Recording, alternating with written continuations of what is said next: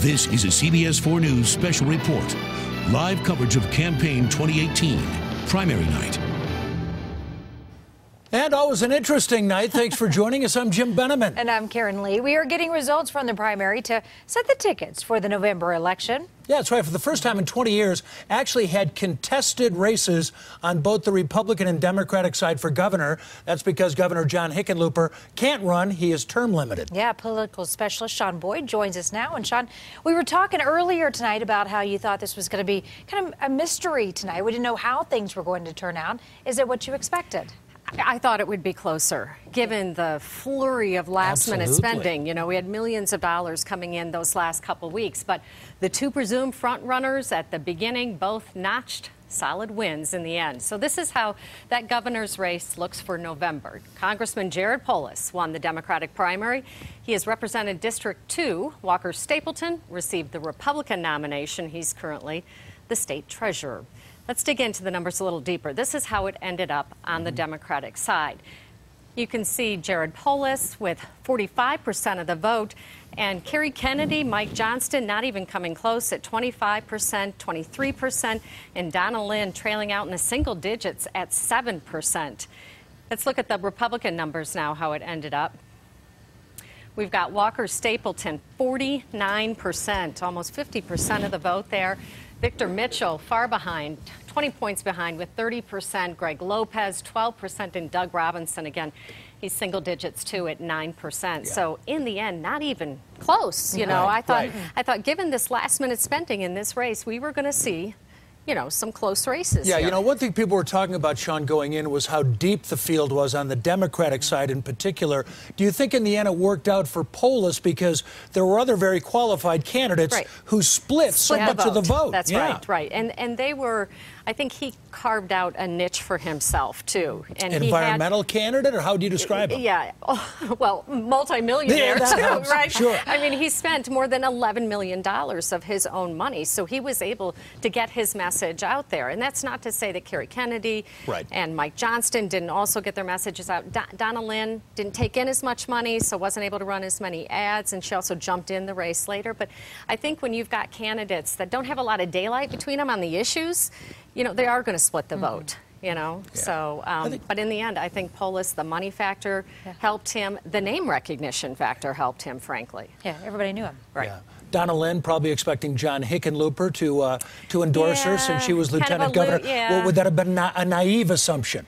No, I don't think so. And he did. You know, he said she would make a great governor, but it was kind of not a real endorsement. And I'm not sure that it would have made enough of a difference to have his endorsement, you know, because, again, she did get in late, and she's up against Jared Polis, who's a formidable candidate. So all right, Shaun, thank you. We do have reporters out at all the campaign headquarters tonight, so we want to check in with those. Kelly Worthman is with Democratic nominee Jared Polis out in Broomfield. Let's start, though, with Dominic Garcia with the Walker Stapleton camp and the Denver Tech Center. Hi, Dom.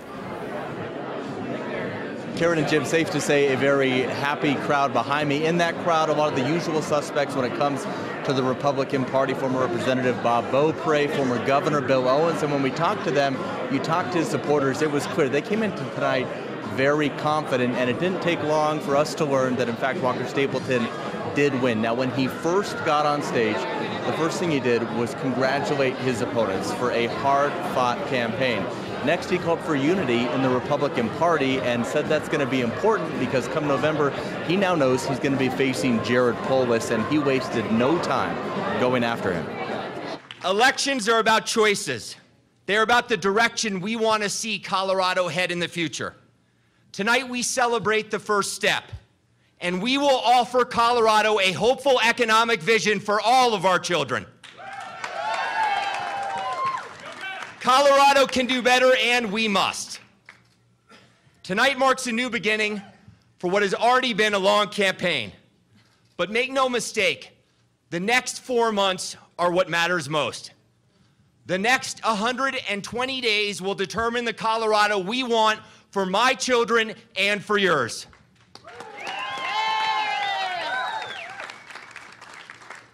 And the choices could not be clearer.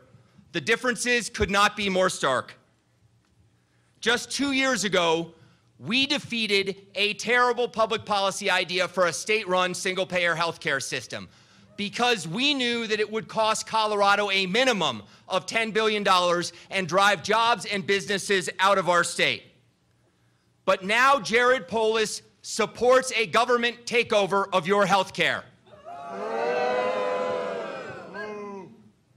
As your governor, I will tackle our healthcare problems with common sense solutions, not more government and higher taxes. Because in Colorado, we know we can do better, and we must. We can have a responsible energy industry in Colorado. As your next governor, I will work with community leaders, with industry, with environmentalists to make sure that Colorado continues to lead the nation in responsible energy development. But you know, the other side thinks that this is a all or nothing proposition. And Jared Polis will drive 230,000 jobs out of Colorado and take a $32 billion economic impact away from our state, and we cannot have that. And Walker Stapleton is making the rounds right now. We're going to do a one-on-one interview with him in just a second. We'll have that coming up tonight at 10 o'clock. We did speak to former Governor Bill Owens. He said most likely he is going to hit the ground running tomorrow, campaigning. There are going to be a lot of long days ahead of him until November. Jim and Karen? Yeah, longer days than we've already had, right? Yeah. All right, thank you, Dominic. Bill Owens knows all about those days. Now we want to get Kelly Worthman with the Polis campaign in Broomfield. Kelly.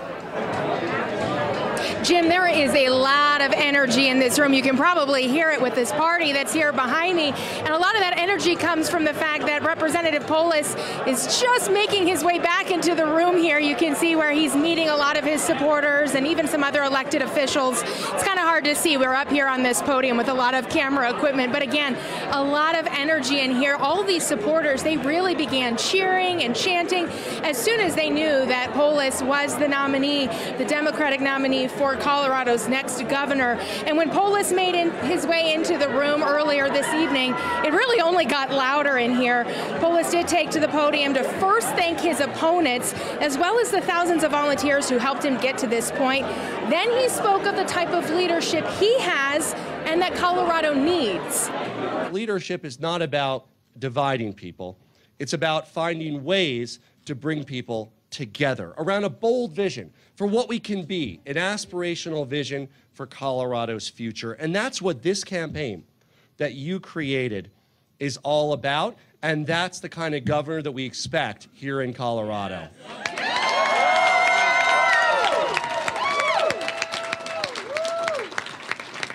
You know, a few weeks ago at an event, an older voter asked me, "Is America still possible?"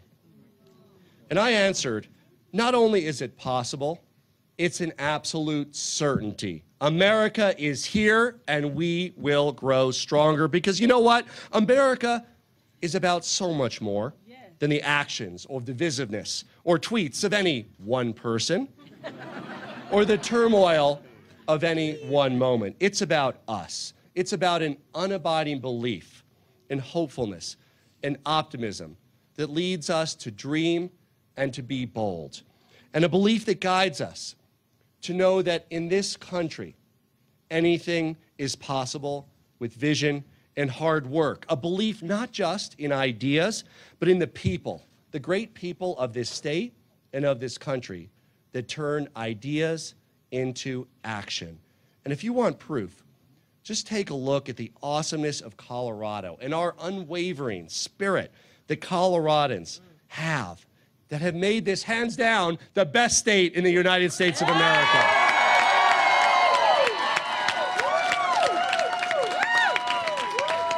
And you know what?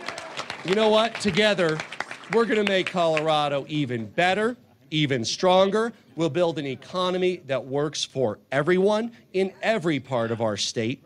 We'll fight for affordable health care, free full-day preschool and kindergarten for every family, and a thriving, clean, renewable energy sector to power our future. And Polis Polis, of course, did have a few things to say about his opponent, Walker Stapleton, saying that he's on the wrong side to help Colorado to have that innovative and inclusive future for our state. He also said that there's a long road ahead to get to November, but he told me right after his speech that first things first, he wants to get a good night's sleep tonight before getting back and fighting for our country, as well as for the state of Colorado, working hard, working with the people of Colorado. That all begins again tomorrow. We'll have much more tonight at 10 o'clock. Jim and Karen. All right, Kelly, thanks very much. Still a lot of buzz in the room over there at the Polis pretty loud. party. Yeah.